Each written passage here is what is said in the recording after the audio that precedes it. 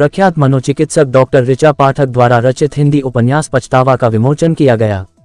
वाराणसी। प्रख्यात मनोचिकित्सक डॉक्टर ऋचा पाठक द्वारा रचित हिंदी उपन्यास पछतावा का विमोचन संस्कार ब्राह्मण महिला संगठन की संस्थापिका वरिष्ठ समाजसेवी ममता द्विवेदी जी के नेतृत्व में किया गया। नारी सशक्तिकरण की पर्याय महारानी लक्ष्मीबाई जी के जन्मस्थली पर यह कार्यक्रम किया गया। उपन्यास की लेखिका डॉक्टर ऋचा पाठक ने बताया कि इस उपन्यास में एक उस व्यक्ति की कहानी है जो अति संवेदनशील है और अपने उस माता पिता के बहुत करीब है जिन्हें बचपन से उसने बहुत उदास और असंतुष्ट देखा, उनके खुद के बड़े बेटे और बहू के उपेक्षा और तिरस्कार के कारण। परिणाम स्वरूप उसका शुरू से ही विवाह जैसी संस्था से भरोसा उठ गया और उसके इस भावना को पुष्पित पल्लवित किया। यहाँ वाराणसी में समाज सेविका के रूप में कार्य करती हूँ और संस्कार ब्राह्मण महिला संगठन की संस्थापिका हूँ और इनर व्हील क्लब की यूपी लेवल डिस्ट्रिक्ट चेयरमैन रह चुकी हूँ। आज किस प्रकार का ये किताब लॉन्चिंग हुआ है? आज ये किताब इन्होंने जो हमारी ऋचा पाठक जी ने उसका उद्घाटन हमसे कराया है। मैं बहुत अपने को भाग्यशाली मानती हूँ और बहुत भी गौरवान्वित महसूस करी। इन्होंने जो पछतावा इसका नाम रखा है, जैसा कि इन्होंने भी बताया, अभी तो मैं पढ़ूंगी तो पता चलेगा कि एक बच्चे की कहानी शुरू से है कि उसको ऐसा संस्कार मिला कि आगे जाके उसके मन में ये संस्कार भर गया कि शादी एक दाम्पत्य जीवन बेकार की चीज़ है, जबकि शादी अच्छी हुई उसके बाद भी वो उससे अलग होता चला गया और अंत में उसके जीवन में उसको अपने जीवन का पछतावा ही लगा। तो इस तरह का उपन्यास वास्तव में समाज में ज़रूरत है, जो कि माँ बाप बच्चों को शुरू से वो संस्कार और जीवन नहीं दे पाते हैं अपने व्यस्तता कारण, लेकिन आगे जाके बच्चे जिस तरह से दूसरे रास्तों पर दूसरी जगह विचलित होते हैं, आगे जीवन जो खराब होता है, उसके हिसाब से बहुत ही अच्छा उन्होंने लिखा है। और मैं चाहूँगी आगे भी ऋचा जी इसी तरह के जो आजकल की, जैसा कि आप लोग को शायद लगता है आप लोग पत्रकार हैं, अपने देश से जैसे कि बच्चे आजकल अधिकतर बाहर विदेश में रहने की प्रक्रिया पे चल रहे हैं। माँ बाप अगर आप यहाँ से जहाँ हम लोग खड़े, अगर आप विश्वविद्यालय में देखेंगे तो हर घर में दो दो माँ बाप रह गए, सब बच्चे बाहर और रह रहे, क्या सिर्फ कमाने के और पैसे के इसमें, लेकिन क्या वास्तव में हमारे भारत भूमि या हमारा भारतवर्ष इतना सक्षम नहीं है कि जो उनको वहाँ मिलता है उससे ज़्यादा उनको यहाँ मिले, या नहीं मिल सकता है। लेकिन ये सिर्फ एक ग्लैमर है, एक इस समय का वातावरण का एक वो चल रहा है समय कि बस बाहर विदेश ही सर्वोपरि है, बाकी सब बेकार है। तो हम चाहेंगे कि ऋचा जी समझेगा इसमें एक ऐसा उपन्यास देखिए इसमें आजकल की पीढ़ी को न, क्योंकि ये आगे पछताएंगे। वहाँ विदेशों में अकेलापन है, हमारे हिंदुस्तान में हमारे चाचा नानी कोई रिश्ता नहीं रहता, कोई सिर्फ हम अकेले या मेरा एक बच्चा। और वही कहावत है कि आपका कैरियर आपका सब है, तो आपके वहाँ पे कहा गया जंगल में मोर नाचा किसने देखा। तो आपका कोई या आपके परिवार के आपके लोगों के बीच में आपका कैरियर यहाँ बने, तो उसको जो लोग देख के प्रसन्न होंगे, न कि बाहर कोई अन्य प्रसन्न होगा।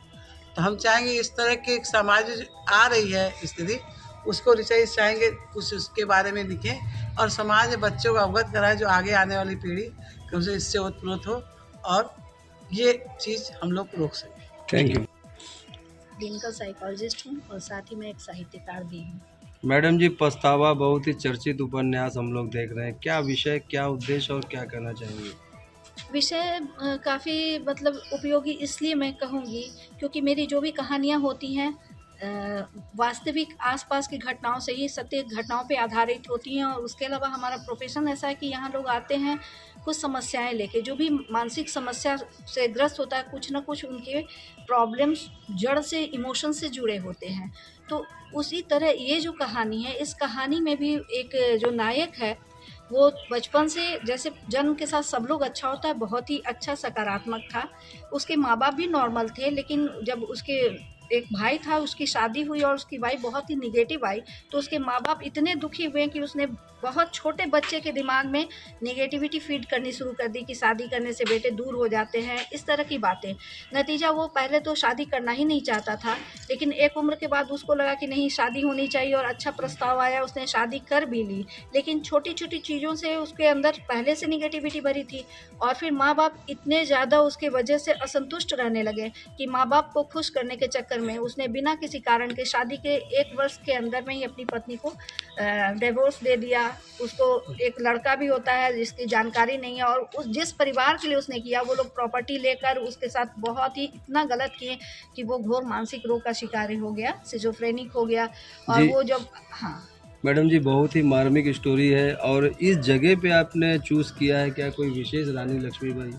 इस जगह पे मैंने इसलिए चूज़ किया है कि रानी लक्ष्मीबाई इस नारी सशक्तिकरण की एक पर्याय है। और इसकी जो नायिका है, ऐसे तो आम तौर पे लोग कहेंगे बड़ी कमज़ोर है कि जिसने उसके साथ इतना बुरा किया उसको माफ़ कर दिया, उसके साथ किया, लेकिन वो बहुत जो अंदर से इमोशनली स्ट्रॉन्ग होगा वही किसी को माफ़ कर सकता है। और वो जो इसकी नायिका के चरित्र की जो सशक्त दिखा है, वो मुझे झांसी की रानी के पास लाने को विवश करता है कि जो नारी शक्ति सिर्फ जैसे युद्ध भूमि में ही नहीं, पारिवारिक समस्याओं और सामाजिक समस्याओं में भी अगर वो सशक्त होती हैं तो चारों तरफ नकारात्मकता होते हुए वो अपने आप को सकारात्मक रखती हैं और अपने बच्चे में इतना अच्छा, जैसे उसकी पत्नी ने अपने बच्चे को बहुत ही संस्कारी बनाया है और उस बच्चे ने अपने पिता के मरने के बाद उसका दाह संस्कार बड़े तरीके से किया है, जिस समय उसका पूरा परिवार उसको छोड़ देता है। तो ये एक आदर्श प्रस्तुत करता है समाज के लिए कि समाज में रिश्ते कितने इम्पोर्टेंस रखते हैं और भावनाओं को कभी भी नज़रअंदाज नहीं करना चाहिए। माँ बाप को अपने बच्चे को हमेशा सही और सकारात्मक दिशा दिखाना चाहिए।